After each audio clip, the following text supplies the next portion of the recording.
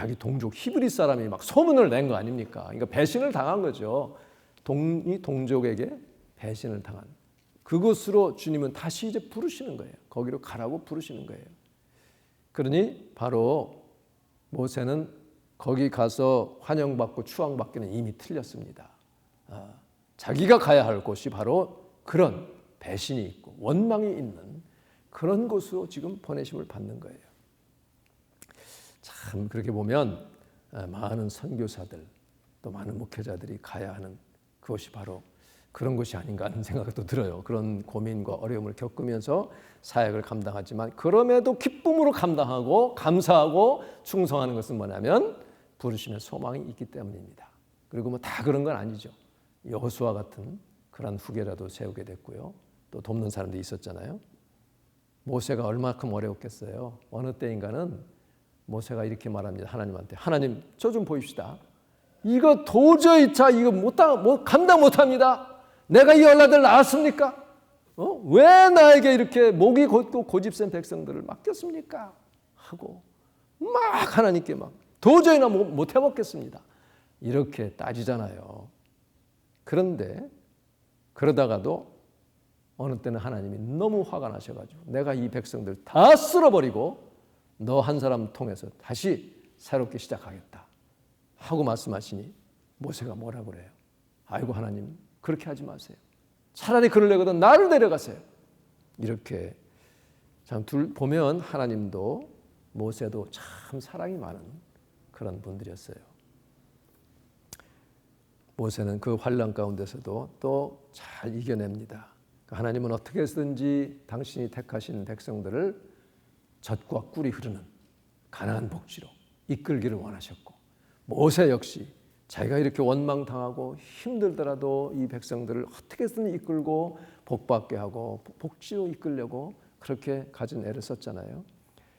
그 부르심의 소망이 있었기 때문에 그렇게 끝까지 이겨낼 수 있었습니다. 물론 마지막에 그가 참 실수함으로 말미암아 직접 들어가지 못했지만 그러나 그것도 다 하나님의 은혜 가운데에 하나님께서 지금까지 구약에서 가장 위대한 선지자는 모세 아닙니까? 이 부르심의 소망이 있으면 잘 이겨낼 수 있습니다. 어떤 어려움도 사람들의 적대감도 박해도 그리고 어떤 슬픈 일도 이겨낼 수가 있는 것입니다. 슬픔을 딛고 일어선 한 분을 소개하고자 합니다. 이동목 목사님인데요. 이 기독공부에 2019년 10월에 나왔습니다. 이분이 40살 되던 1975년 4월에 서해의 낙도인 형도라는 곳으로 단신으로 들어갑니다. 전도사로 그 섬 언덕바지에 있는 작은 교회에 이제 자칭 만년 전도사로 사역을 시작합니다. 어떻게 그렇게 하게 됐냐면 이분이 이제 딸만 6이 있는 부잣집의 막내 아들이었어요. 그러니까 7째 막내 외아들이었는데 고향에서 부모님 남부럽게 농사를 짓고 있었고요. 또 자기 자신 이제 동네 이장으로 또 고향 교회의 장로로 남부럽지 않게 어려움 없이 잘 섬기고 있었습니다. 그런데 그 형도라는 낙도는 가구가 28가구에 100면도 안 됩니다. 98명의 주민이 삽니다. 그래서 물이 빠지면 육지와 연결이 되고요. 걸어갈 수 있고 또 물이 차면 또 끊어지는 이제 그런 작은 섬이에요. 근데 어느 날 자기 이제 고향에서 교회에 부흥 강사로 오신 목사님이 설교 중에 어느 섬 마을에 교회가 있는데 지금 거기 갈 목회자가 없어가지고 교회는 지금 문을 닫고 있습니다. 그런 이야기를 들어요. 그 얘기를 듣자마자 자기가 자원해가지고 나 거기 전도사로 가겠습니다. 그러니까 장로에서 이제 전도사로 파송을 부임한 것입니다. 그런데요, 이분이 놀라운 것은 자기가 이제 거기 들어가면 다시 또 육지가 그리워서 돌아오게 될까봐 그냥 영어로는 burn the bridge, 다리를 태웠어. 뭐냐면 자기 가산을 남김없이 정리해버립니다. 하나도 남김없이 다 처리하고 그 길로 가요. 그러니까 처음에는 자기 아내와 자녀들은 다 반대했습니다. 그것을 이제 혼자 가게 됐어요. 어떻게든 새벽마다 기도하면서 다니면서 복음을 전하고 온 몸과 마음을 다해 헌신했는데 4년이 다 가도록 한 영혼도 구원 못하는 거예요. 한 사람도 안 와. 근데 4년 되니까 너무 먹고 살기 힘들어요. 나중에 이제 그 부인도 이제 오게 됐는데 그 사모님이 이제 가족들 생계를 위해서 갯벌에서 조개를 이렇게 주워가지고 그 이제 팔아서 먹고 살고 그랬는데 갑자기 중풍으로 쓰러집니다. 반신불수가 돼요. 병원에 데려가지를 못하니 형편이 안 돼서. 그런데 그 집안의 어려움이나 비극이 사실은 한 번 오면요, 한 번에 끝나지 않아요. 연속으로 오는 경우가 참 많습니다. 큰딸 성애가 이 딸은 이제 고학을 해가지고 고등학교를 마쳤고요. 이제 서울에 있는 여상을 졸업을 했어요. 여자상학고등학교. 근데 거기서 이제 취직하고 이제 살 수가 있는데, 그런데 자기 아버지가 그 형도 영혼을 위해서 고군분투하며 애쓰는 희생하는 그런 모습을 보고 마음의 감동을 받아서 아버지를 사역을 돕기로 결정합니다. 그래서 섬으로 돌아왔어요. 그 엄마를 돌보고 그 섬에 있는 아이들을 가르치고 또 동네 청년들을 지도하는 그래서 그 자원사회가 섬마을이 막 밝아지고 생기가 돕니다. 그래서 형도의 보배라는 그런 말을 듣게 됐습니다. 그런데 이제 아버지 이동목 전도사는 저 딸이 참 마음이 아프니까 내 길을 열어줘야 되겠다 해가지고 통신신학교 과정을 이제 들어가라고 권고를 해요. 그래서 그 딸이 좋아합니다. 그래서 그 이듬해 이제 1월에 그 통신신학대학 원서에 쓸 사진을 찍기 위해서 육지로 갑니다. 육지로 나가가지고 처음으로 참 머리를 잘라서 단발에 파마를 하고 그리고 이제 사진 찍고 돌아오는데 배편이 그날따라 뜨지를 않는 거예요. 그래서 썰물에 그날 저녁에 또 거기 집회가 있었기 때문에 지체할 수 없어서 건넙니다. 그만 건너다가 시간을 못 맞춰서 밀물이 몰려오는 바람에 그만 휩쓸려가고 말았어요. 결국 한 달이 훨씬 지난 뒤에 그 시신을 100길로 한 30리쯤 떨어진 대부도라는 그 해안에서 발견이 되는데요.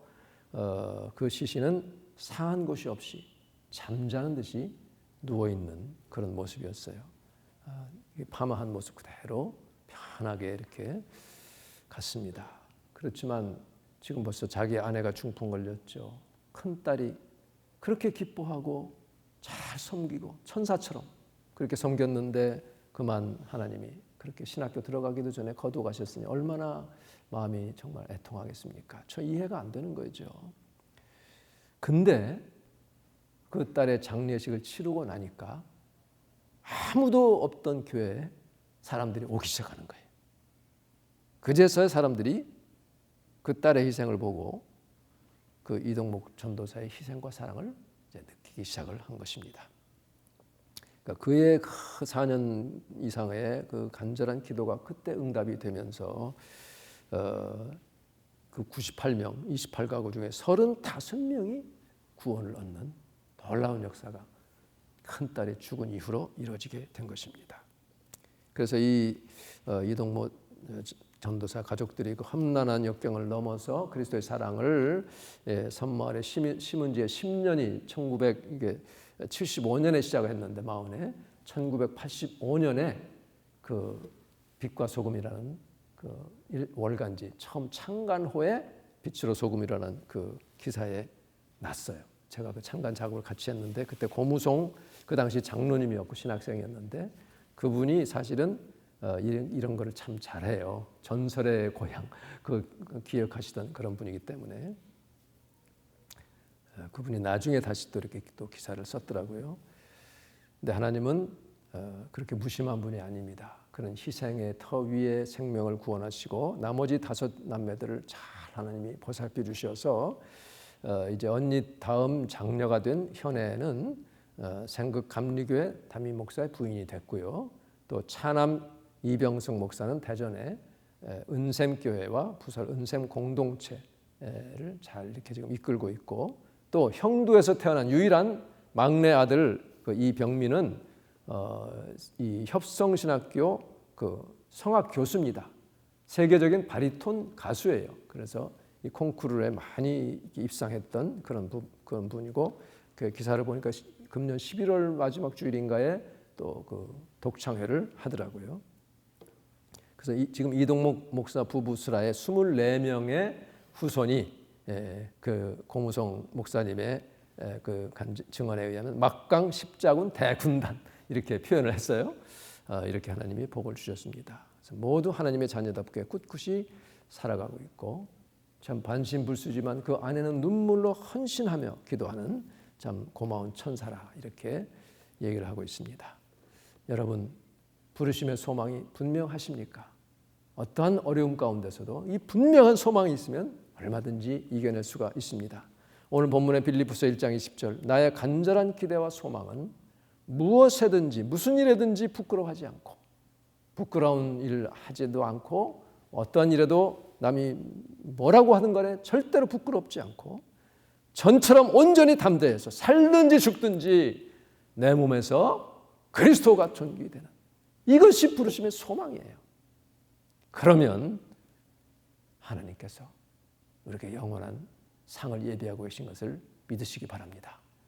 내게 사는 것은 그리스도예요. 내 자아가 사는 게 나는 죽고 그리스도께서 나와 함께 내 안에 살고 계시고 그렇게 되면 내 육신의 몸이 죽어도 그것은 개인이라는 얻는 것이지 잃는 것이 아니라는 것입니다.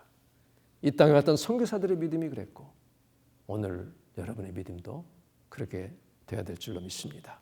나의 죽음도 유익함이라. 지금 참 조심스러운 이야기인데 한국에 있던 그 엄청난 참사 그 젊은이들이 정말 주님을 사랑하고 좀 그랬더라면 얼마나 좋았을까. 얼마나 안타깝고 헛된 죽음들인가. 교회가 더 큰 책임을 져야 된다고 믿습니다. 주님, 다시는 이 땅에 그런 참사가 일어나지 않게 하시고 교회가 깨어서 기도하고 생명 구원하는 일에 앞장서게 하여 주시옵소서. 많은 목회자들, 교회들이 사방팔방에서 무슨 나쁜 말을 하고 그 모욕적인 말을 하더라도 거기에 굴하지 않고 정말 주님이 맡겨주신 사명 잘 감당해서 내게 사는 것이 그리스도다. 죽는 것도 유익함이라. 어떤 고난을 겪더라도 분명한 부르심의 소망을 가지고 다름질하여서 한국 사회가 다시 밝아지는 복음으로 더 뒤덮이는 남한뿐 아니라 북한까지도 주님의 생명의 복음이 편만되는 그날을 소망하며 다름질할 수 있는 은혜가 있기를 바랍니다. 기도하겠습니다. 아버지 하나님, 은혜를 진심으로 감사합니다. 우리의 가는 곳, 우리의 걸음, 우리의 생각하는 것, 말하는 모든 것들이 하나님의 영광이 되고 빛이 되고 주님의 기쁨이 되기를 원합니다. 내게 사는 것은 오직 그리스도요. 죽는 것도 유익함이라 한 고백한 사도 바울과 같이 주님, 살든지 죽든지 오직 내 몸에서 예수 그리스도가 존귀히 되고 생명이 구원받고 하나님의 영광이 임하는 그날을 바라보며 우리 마음의 눈이 밝아지게 하여 주시옵소서. 나를 부르신 그 소망이 분명하게 도와 주시옵소서. 주님, 이 세상의 것 추구하는 자가 아니라 영원한 하늘의 것을 항상 바라보며 내가 충성 다하여 아버지께서 기뻐하시고 내가 네 하나님이라 부르시는 것을 부끄러워하지 않는 복된 주의 백성들이 되게 하여 주시옵소서. 예수님의 이름으로 기도하옵나이다. 아멘.